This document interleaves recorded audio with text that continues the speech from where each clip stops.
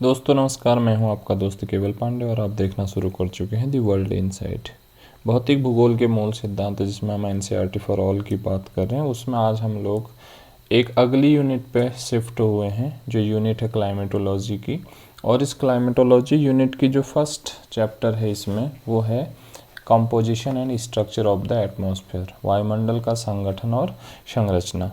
तो इसको हम समझते हैं किस तरीके से वायुमंडल बना है, कौन कौन से वो तत्व हैं जिनसे वायुमंडल का निर्माण हुआ है और क्या क्या जो संगठक हैं उसको हम विस्तार से आज समझते हैं। बेसिकली वायुमंडल क्या होता है, पृथ्वी के चारों ओर स्थित गैसों का एक आवरण होता है।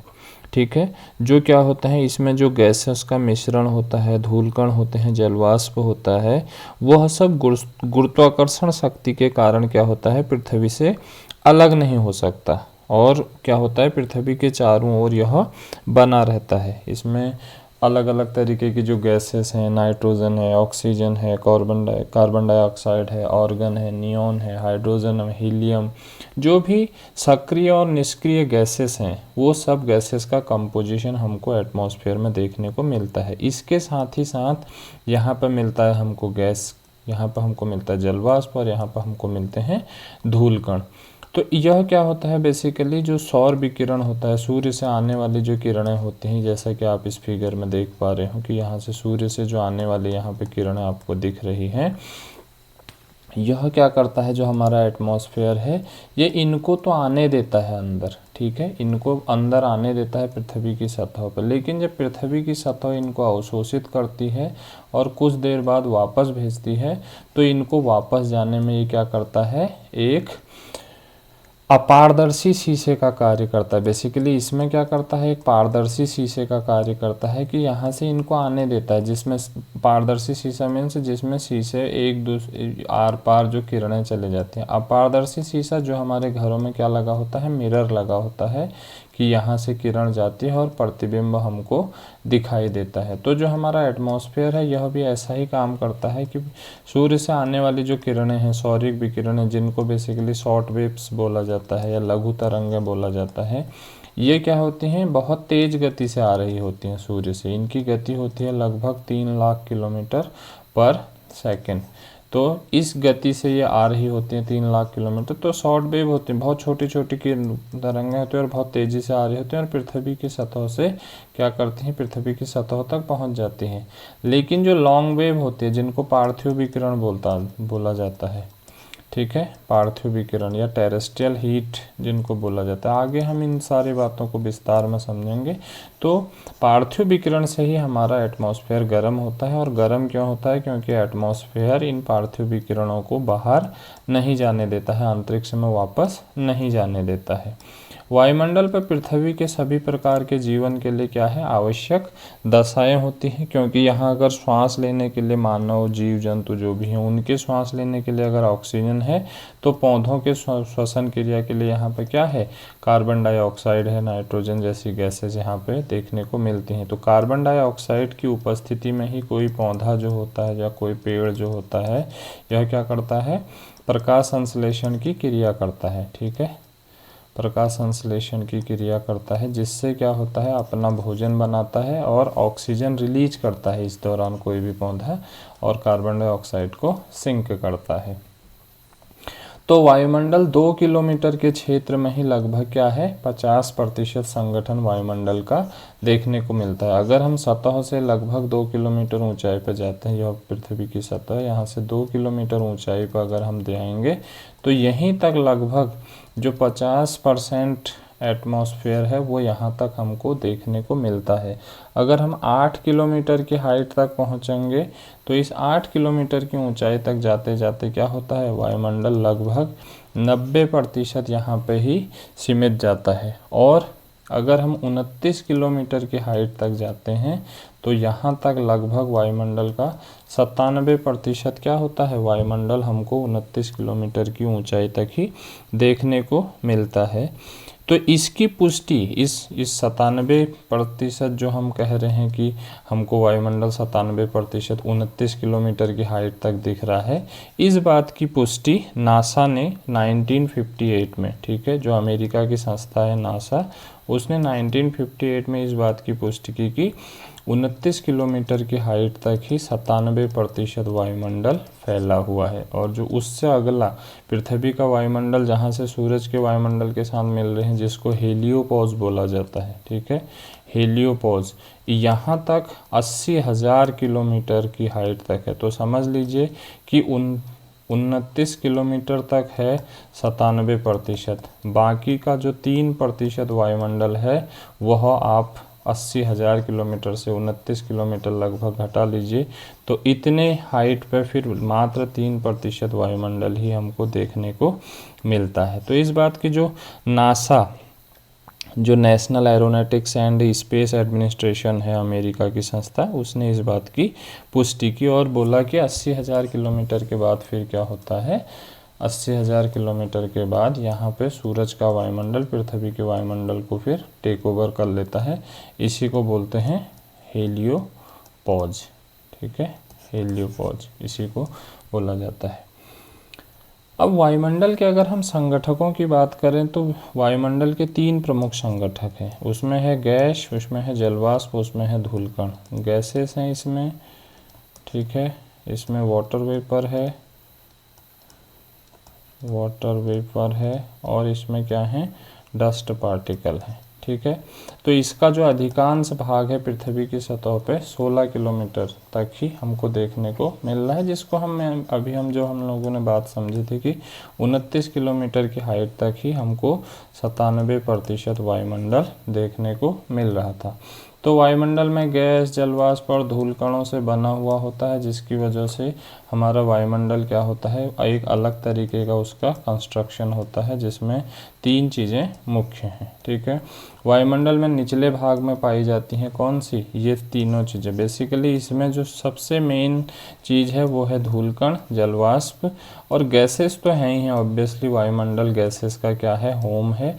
तो जलवाष्प और धूलकण हमको निचले वायुमंडल पर दिखते हैं, सतह के आसपास वाले वायुमंडल में दिखते हैं, क्योंकि ये भारी होते हैं, यह अधिक भार की वजह से निचले वायुमंडल में ही हमको देखने को मिलते हैं। उच्च वायुमंडल में भार कम वाली जो गैसेस हैं वो देखने को मिलती है। और अगर आप देखोगे तो 120 किलोमीटर के आसपास ही ऑक्सीजन लगभग समाप्त हो जाती है, उसके ऊपर फिर ऑक्सीजन की भी कमी होने लगती है 120 किलोमीटर की हाइट के बाद। लेकिन जैसे नाइट्रोजन है, हीलियम है, या फिर ऑर्गन है, नियॉन है, जो इस तरीके जो हीलियम है, तो ये गैसेस हमको उच्च वायुमंडल में देखने को मिलती हैं, ठीक है। वायुमंडल में विभिन्न गैसों का जो संगठन है उसको अगर हम देखें तो वायुमंडल में बेसिकली 2 तरीके की गैसेस हैं, ठीक है। एक है सक्रिय गैस, जिनको एक्टिव गैस भी बोला जाता है, और दूसरी है जिसको हम क्या बोल रहे हैं, अक्रिय गैस या पैसिव गैसेस भी बोलते हैं, एक को एक्टिव गैसेस बोलते हैं। तो एक्टिव गैसेस में जैसे नाइट्रोजन है, ऑक्सीजन है, कार्बन डाइऑक्साइड है, हाइड्रोजन है। एक्टिव गैस का मतलब है ये वो गैसेस होती हैं जो क्या करती हैं, एकदम से रासायनिक क्रिया करती हैं, ठीक है। एक गैस किसी भी दूसरे के साथ क्या करती है, रासायनिक अभिक्रिया करने लगती है, ठीक है। लेकिन जो अक्रिय गैस हैं बेसिकली, जिसमें ऑर्गन है, helium, neon, krypton, xenon, radon. Radon basically हमको वायुमंडल में बहुत कम मात्रा में दिखती है। रेडॉन गैस हमको फील होती है, हमको नहीं, जो भी जीव जंतु होते हैं, जब भूकंप आता है, भूकंप आने से पहले यही रेडॉन गैस क्या होती है, रिलीज होती है एटमॉस्फेयर में, जिसको क्या करते हैं जीव जंतु फील करने लगते हैं, जिसको हम बोलते हैं कि उनकी छठी इंद्री काम करने लगती है जीव जंतुओं की। तो रेडॉन गैस को वो क्या करते हैं, फील करने लगते हैं, महसूस करने लगते हैं, जिसकी वजह से वो भूकंप आने से पहले ही समझ जा रहे होते हैं। तो ये 2 तरीके की गैसेस हैं, एक्टिव गैस और पैसिव गैस। अगर हम स्थायी गैसों की बात करें तो जो वायुमंडल में है मुख्य रूप से नाइट्रोजन है, ऑक्सीजन है, ऑर्गन है, कार्बन डाइऑक्साइड है, नियॉन है, हीलियम, क्रिप्टॉन, जेनॉन, हाइड्रोजन। तो इसका क्रम पूछ लिया जाता है, किसी भी एग्जामिनेशन में आपसे पूछ लेगा कि वायुमंडल में सबसे ज़्यादा कौन सी गैस है, या हाइड्रोजन और हीलियम को लेके वो बहुत बार कन्फ्यूजन क्रिएट कराता है कि इन दोनों में से कौन सी गैस ज़्यादा है। तो आप याद रखना कि हीलियम गैस क्या है, अधिक मात्रा में है, ये है 0.0005। और अगर हम हाइड्रोजन की बात करें, ये इसमें 4 जीरो आते हैं और इसमें 3 जीरो हैं। तो इस बात को, या फिर कभी वो बहुत बार कार्बन डाइऑक्साइड का परसेंटेज पूछता है कि कार्बन डाइऑक्साइड का परसेंटेज कितना है। तो कार्बन डाइऑक्साइड का परसेंट है 0.03। इस बात को आप ध्यान रखना। तो सबसे ज़्यादा क्या है हमारे यहाँ पे, नाइट्रोजन है 78.08, ठीक है, इतना प्रतिशत।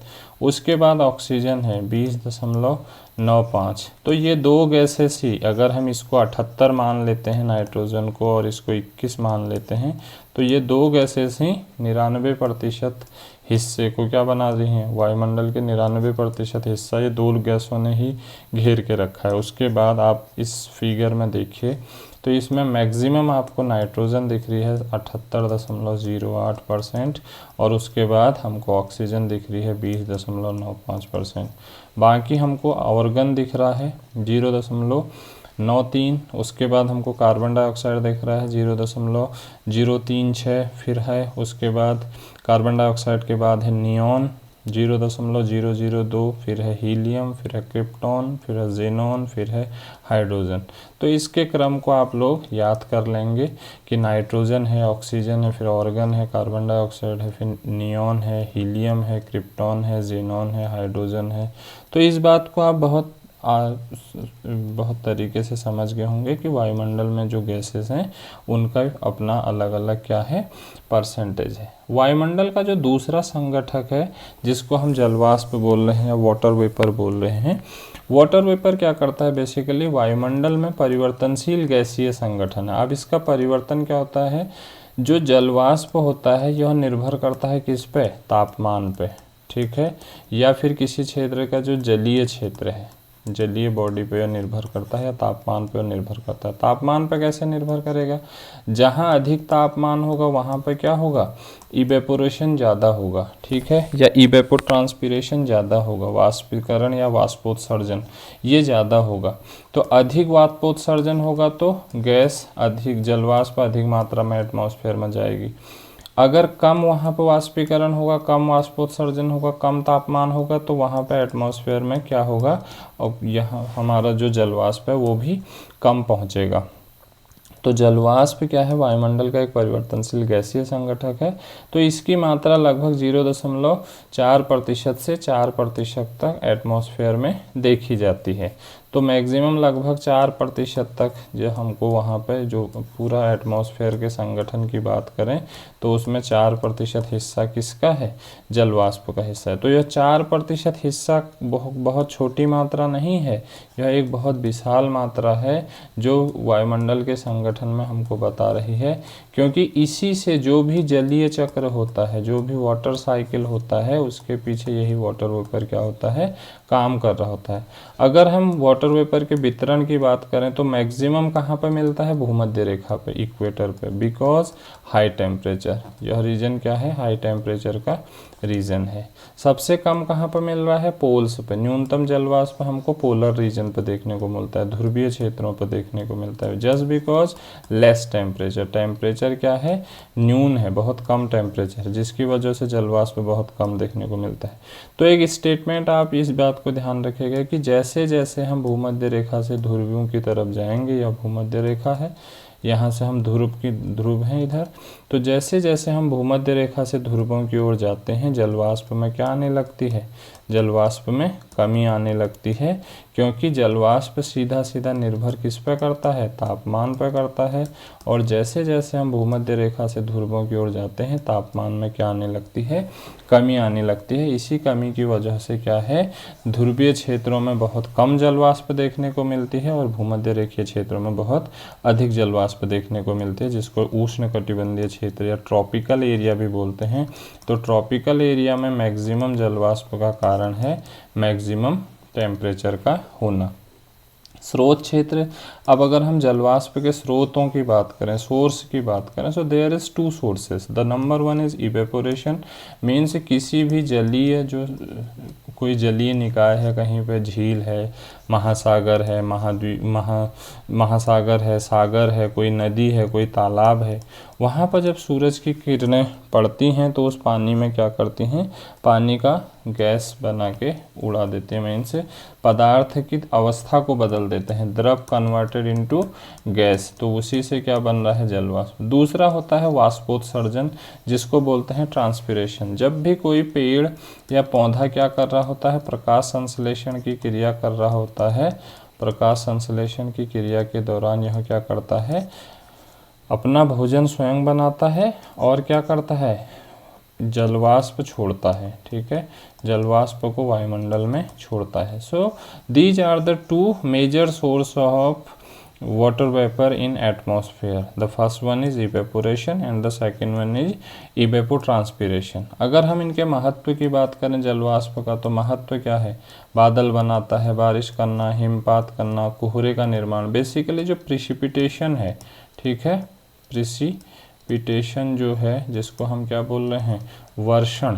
सो there is a difference between वर्षा एंड वर्षण। रेनफॉल, रेनफॉल को कहते हैं वर्षा, एंड प्रिसिपिटेशन, तो प्रिसिपिटेशन का मतलब है वर्षण। तो वर्षण के फॉर्म होते हैं, कहीं पर ओस गिर रही है, पाला गिर रहा है, कहीं पे बारिश हो रही है, हिमपात हो रही है, ओलावृष्टि हो रही है, कोहरा पड़ रहा है, कुहासा पड़ रहा है, तो ये फॉर्म है किसके, वर्षण के, प्रिसिपिटेशन के। दीज आर फॉर्म्स ऑफ वर्षण, ठीक है, these are not form of वर्षा। वर्षा के तीन तरीके, वर्षा तीन प्रकार की होती है, जिसको हम बोलते हैं सबसे पहले संवहनिक वर्षा, दूसरी होती है चक्रवातीय वर्षा, और तीसरी होती है पर्वतीय वर्षा, ठीक है। इस बात को आप आराम से समझिएगा कि संवहनिक कन्वेंशनल रेन होती है, साइक्लोनिक रेन होती है चक्रवातीय वर्षा, या फिर पर्वतीय रेन होती है जिसको ओरोग्राफिक रेन भी बोला जाता है।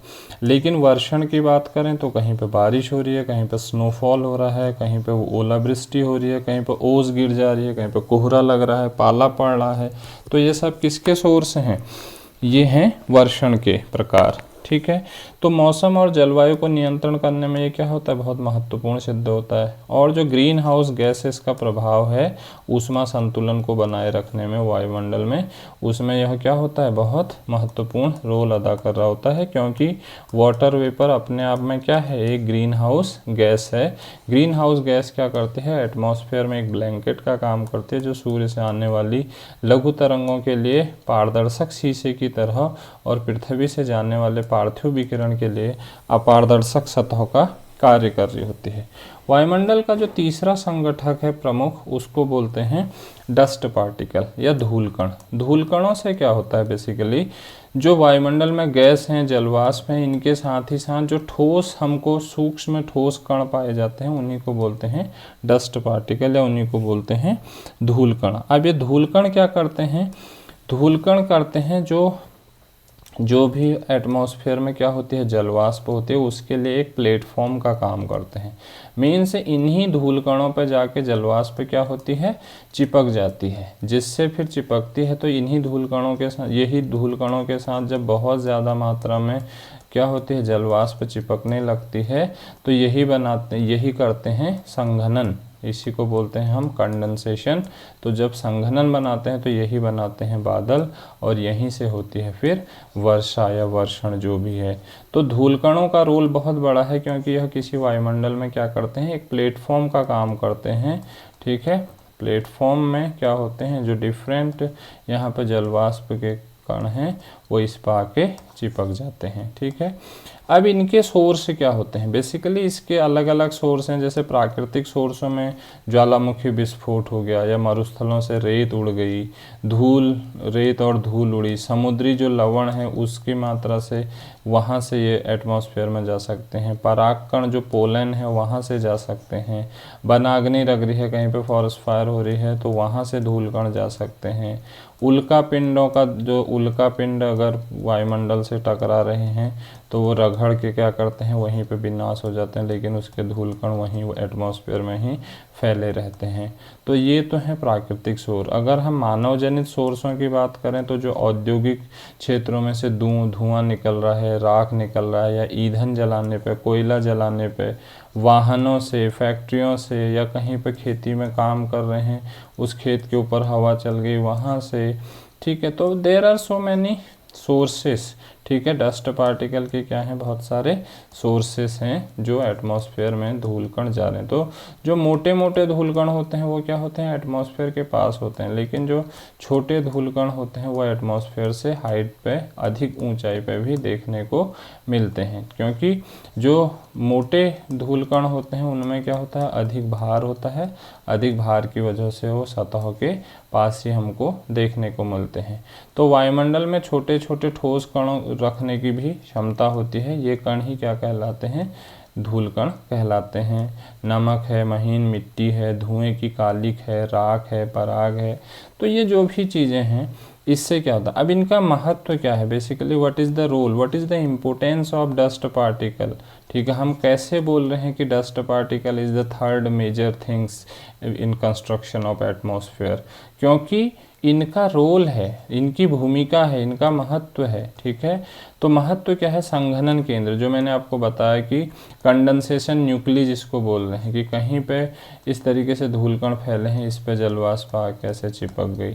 तो जब बहुत ज़्यादा मात्रा में जलवाष्प इस पर चिपक जाएगी तो ये क्या कर रहा है, बेसिकली एक न्यूक्ली बना रहा है कंडेंसेशन के लिए, संघनन के लिए एक क्या बना रहा है, प्लेटफॉर्म बना रहा है, जहाँ पे बहुत ज़्यादा मात्रा में जलवाष्प आके ऐसे जुड़ने लगेगी और यहीं पे क्या बनाएगी, बादल का निर्माण करने लगेगी, ठीक है।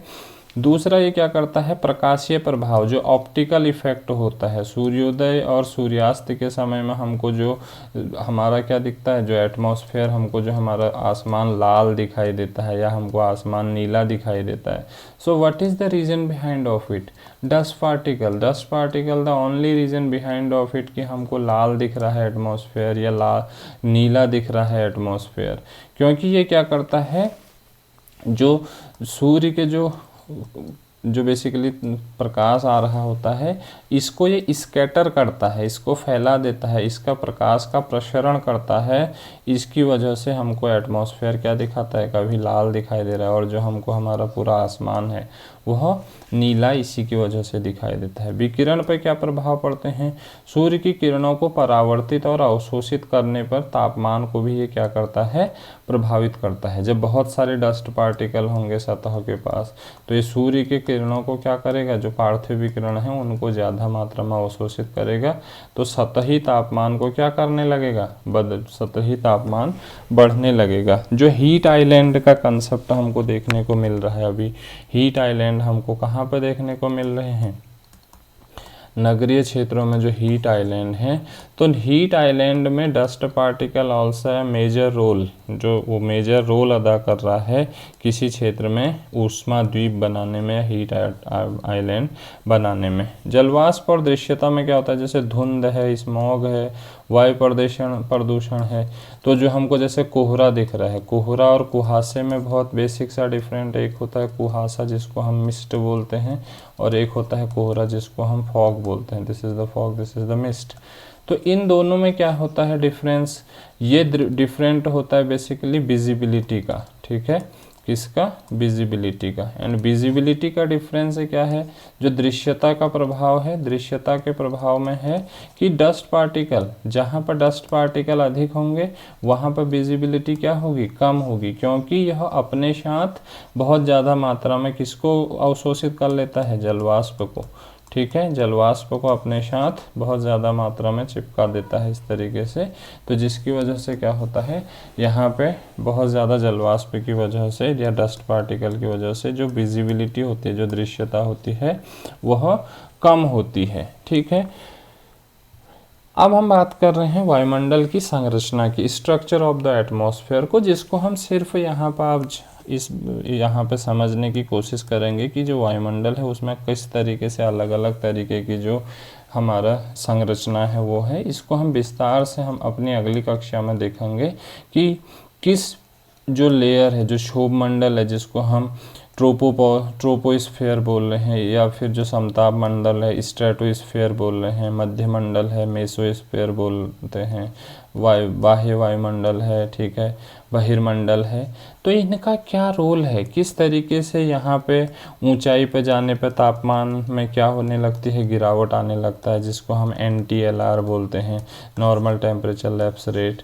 तो नॉर्मल टेम्परेचर लैप्स रेट की जो दर है 6.5 डिग्री सेंटीग्रेड पर किलोमीटर या 1 डिग्री सेंटीग्रेड पर 165 मीटर, यह कैसे है, यह किस तरीके से काम कर रही है, इसको हम विस्तार से अपनी अगली कक्षा में समझेंगे कि क्यों ऊंचाई पर जाने पर तापमान में कमी आ रही है, तो मुक्ताभी में एक कहाँ पे बन रहे हैं, क्यों बन रहे हैं, इन सब बातों को हम विस्तार से अपनी अगली कक्षा में समझेंगे। तब तक के लिए अब मुझे होप है कि आपको ये पूरी बात आज वायुमंडल का जो बेसिक है ये समझ में आया होगा, उसका कंस्ट्रक्शन, गैस कैसे काम कर रही हैं, धूलकण है, जलवाष्प है, उनका क्या रोल है, क्या उनका महत्व है, क्या उनकी इम्पोर्टेंस है, ये बात आपकी समझ में आई होगी। इससे आगे हम अपनी अगली कक्षा में बात करेंगे कि वायुमंडल का संरचना किस तरीके से हुई है, कौन कौन सी चीज़ें हैं जो वायुमंडल को अलग अलग परतों में डिवाइड कर रही हैं, क्षोभ सीमा की क्या विशेषताएं हैं या समताप सीमा की क्या विशेषताएं हैं, समताप मंडल में ओजोन किस तरीके से पराबैंगनी किरणों को अवशोषित करके इसका तापमान को बढ़ा देती है, या क्षोभ मंडल में जैसे जैसे हम हाइट पर जाते हैं तो कैसे ग्रीन हाउस गैसेस का कंसंट्रेशन कम हो रहा है, जिसकी वजह से हीट ट्रैपिंग है वो कम हो रही है, इसको विस्तार से समझेंगे। तब तक के लिए थैंक यू सो मच।